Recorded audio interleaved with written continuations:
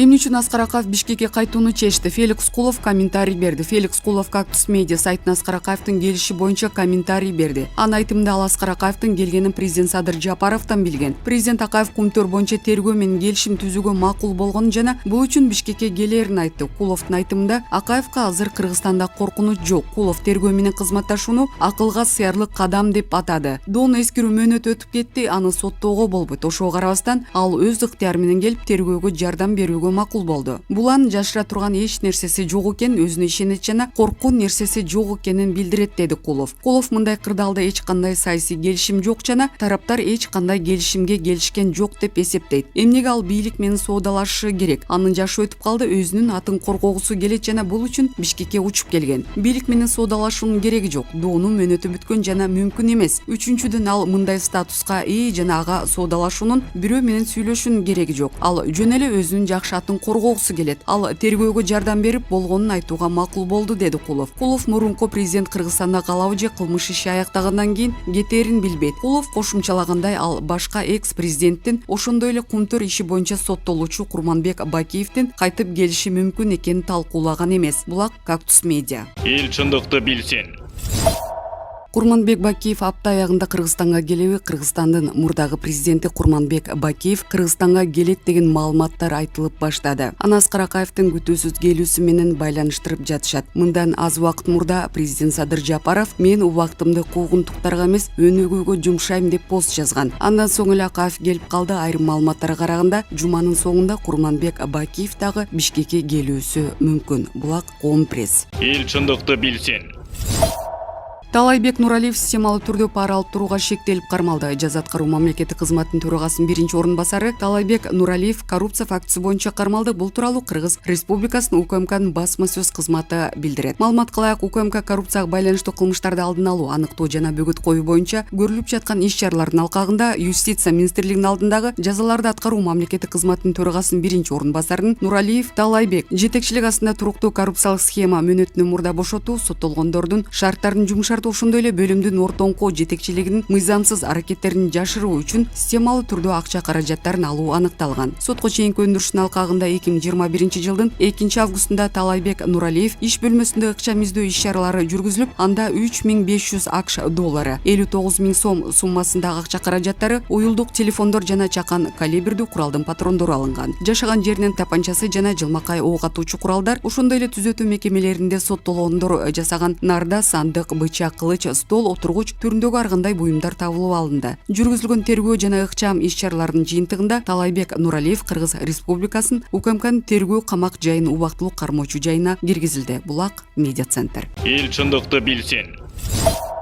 UFC'нин мурдагы чемпиону Хабиб Нурмагомедов Кыргызстанга келди. Eagle Fighting Championship EFC Кыргызстандагы өкүлдөрдүн айтымында EFC 38 турнирин уюштуруу комитетинин өкүлдөрү аны эл аралык Манас аэропортунан салтанаттуу тосуп алышты. Нурмагомедов Кыргызстанга анын командасына кирген Зубайра Тухугов, Имар Усман Нурмагомедовдор менен келген. Чолпон Атада Хабиб Нурмагомедов 3-августта Чолпон Атада ипподромунда Ысык Көл облусунун өтө турган Eagle Fighting Championship EFC 38 аралаш мушташ боюнча турнирдин ардактуу коногу болот. Булак Кактус Медиа. Эл чындыкты билсин.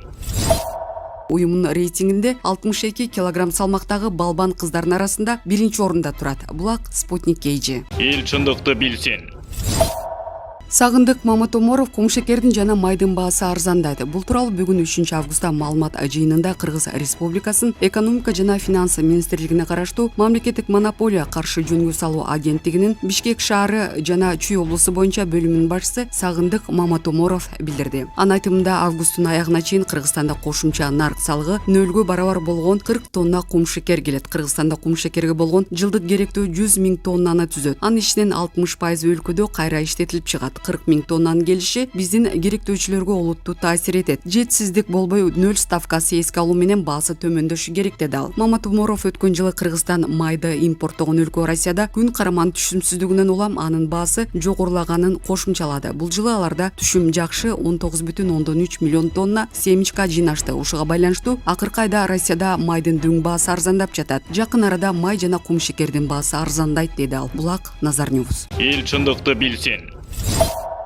Аскар Акаев Кыргызстанга кандай максатта жана кимдин кепилдиги менен келген? Кыргызстандын биринчи президенти Аскар Акаев 2005 жылдын 24 мартынан бери революциядан кийин биринчи жолу Бишкекке учуп келди. Аны менен бирге уулу Илим Акаев келди. Бул жылдар аралыгында туңгуч президент Илим менен алектенип Москва мамлекеттик университетинде сабак берген. Маалым болгондой, мурунку мамлекет башчысы аэропорттон УКМКга жеткирилген. УКМКнын басма сөз кызматы билдиргендей, буга чейин Кыргызстандын атайын кызматы тарабынан издөөдө жүргөн Аскар Акаев кумтөр иши боюнча сурак берип жатат. Башка жогорку кызмат адамдары менен бирге ал 1992 жылы кумтөр долбоору боюнча башкы келишимди түзүүдө, 1994 жылы ага өзгөртүүлөрдү киргизүү учурунда, ошондой эле 2003 жылы башкы келишимди реструктуризациялоо учурунда коррупцияга айыпталган. Башка булактар боюнча экс-президент Аскар Акаевка бардык процедураларды мыйзамдын чегинде аткарууну убада кылган республиканын жогорку жетекчилигин чакыруусу жана кепилдиги боюнча кумтөр боюнча жагдайды тактоо максатында келген. УКМКдагы тергөө иш-чаралардан соң Аскар Акаев журналисттер менен жолугушту. Мага кумтөр долбоору боюнча айыптоолор бар экенин билесиңер. Мен тергөөгө жардам бергим келет, ошондуктан келишим түздүм. Ошондуктан мен Кыргызстанга бир жумага келдим, деди экс-президент өзүнүн келишими боюнча комментарий берип жатып. Бирок ал келишимдин шарттарын ачыктаган жок. Геосаясий маселелер боюнча эксперт Марсариев маалымат каражаттарына берген маегинде кырдаал тууралуу өзүнүн көз карашы менен бөлүштү. Кыязы экс-президенти Кыргызстанга келишим шарттары так жазылган, эгерде ага тийишпейт деген кепилдик болбосо ал келмек эмес. Мурдагы мамлекет башчысы Кремлден анча алыс эмес фигура экенин эске алганда, анын кепилдиктери боюнча маселе жогорку деңгээлде сүйлөшүлгөн болушу мүмкүн, деп белгиледи эксперт. Анын пикиринде Аскар Акаев өзү менен бирге Кыргызстанда саясий цунами жаратууга жөндөмдүү маалымат бомбасын алып келген. Коомчулук толкунданып гана тим болбостон, менимче мурунку, балким азыркы айрым чиновниктер олуттуу түрдө селтетишти. Кыргызстандын мурунку башчысы өзүнүн көрсөтмөсү менен Пандоранын кутусун ача алат. Балким ал аны куугунтуктан коргой турган фактыларга ээ болушу мүмкүн. Ал эми коррупциядан, менчиктештирүүдөн жана башкадан тапкан олигархиялык элитанын көптөгөн өкүлдөрү жагымсыз позицияда калышы мүмкүн. Менимче Аскар Акаев муну ошол эле Акылбек Жапаров сыяктуу өзүн актоо үчүн аракет жасагандарга, экс-президент биздин олигархтардын айрымдарына олуттуу сокку ура турган маалыматка ээ деп түшүндүрдү. Саясий көз караштан алганда, эксперттин пикиринде Аскар Акаевдин Кыргызстанга келишин көп кыймылдын чоң кадамы катары бааласа болот. Шайлоо өнөктүгүндө деле Садыр Жапаров алгачкы эки президентти өлкөгө кайтарам деп убада берген. Ал эми Аскар Акаевдин келиши бир жагынан бул убадалардын аткарылышы эл коррупциялашкан чиновниктерге каршы күрөштү позитивдүү кабыл алат. Бул бийликке социалдык жаралуунун алдын алууга мүмкүндүк берет. Кыргызстан бүгүн дал ушундай абалдын алдында турат. Экинчи жагынан бул азыркы режимдин оппоненттерине каршы олуттуу кадам. Ал башка нерселер менен бирге азыркы бийликке мурда түзүлгөн олигархиялык элитанын белгилүү бир балансынан кутулууга мүмкүндүк берет. Бул кадам элди ушул жылдын күзүндө азыркы президентке каршы алып чыгууну пландап жаткан күчтөргө да каршы кадам болушу мүмкүн, деп кошумчалады Марсариев. Россиялык саясаттануучу Евразия аналитикалык клубунун башчысы Никита Миндикович да бул идеяны колдойт. Мен Аскар Акаевдин республикага кайтып келиши тарых менен коштошуунун бир түрү деп эсептейм. Түстүү революциялардын этаптары жана элита менен бийликтин түзүлүшүнүн ортосундагы ажырым өткөн нерсеге айланышы керек. Менин оюмча, эгерде Аскар Акаев республикага келип көрсөтмө берсе, ага байланыштуу укуктук маселелер тегилже бул жол менен чечилип жатса, бул өткөн менен жаңы бийликтин ортосундагы мамилелерди жөнгө салуу үчүн жакшы прецедент түзүлөт деп ойлойм. Өткөн мезгил толугу менен мыйзамдуу эмес түрдө жылдырылган күндө да, дейт эксперт. Ошол эле учурда ал экс-президенттин өзүнүн Кыргызстан боюнча саясий пландары дээрлик жок экенин белгиледи. Менимче ал кыргыз саясатына кайтып келбейт. Анын үстүнө ал илимпоз экономистке караганда президент катары алдаганча аз ийгиликтүү болуп чыкканын чынчылдык менен моюнга алышыбыз керек, деди Никита Миндикович. Кремлден Кыргызстанга келгенде Аскар Акаевка кепилдик берүүдөн ролун комментарийлеп жатып, ал бул боюнча Москванын жана Бишкектин расмий позициясы тууралуу маалыматы жок экен, бирок экс-президентке белгилүү убадаларды берген деп божомолдоду. Балким кайтып келгенде ал камакка алынбайт деген сыяктуу. Балким Россиянын өкүлдөрү азыркы жана мурдагы бийликтин диалогуна катышкандыр. Бирок экинчиси дагы бир жолу саясатка Акаевди кандайдыр бир түрдө калыбына келтирүү каалоосу менен эмес, же Кыргызстандагы саясий процесстерге кандайдыр бир көзөмөлдүү каалоо менен эмес. Бул республикада саясий стабилдүүлүктү жогорулатуу үчүн мүмкүнчүлүктөрдү издөө жөнүндө гана. Элдешпес конфликттер канчалык аз болсо, душмандык ошончо аз болот. Ошого жараша жаңы саясий дестабилдештирүү, тобокелчиликтер азыраак болот. Өз кезегимде мен республика үчүн эң башкы азыркы жана мурунку саясатчылардын саясий элдешүүсү, өлкөнүн тарыхы жана өзү менен элдешүүсү деп ойлойм. Чыр чатактар үчүн өлкөнүн күчүн, потенциалдуу ресурсу эбак эле түгөнгөн. Эми биз алардан алыс болууга, көйгөйлөрдү мыйзамдуу талаада чыр чатаксыз жана андан да катуу күрөшсүз чечүүгө аракет кылышыбыз керек, деп кошумчалады Никита Миндикович. Булак Кадам Медиа.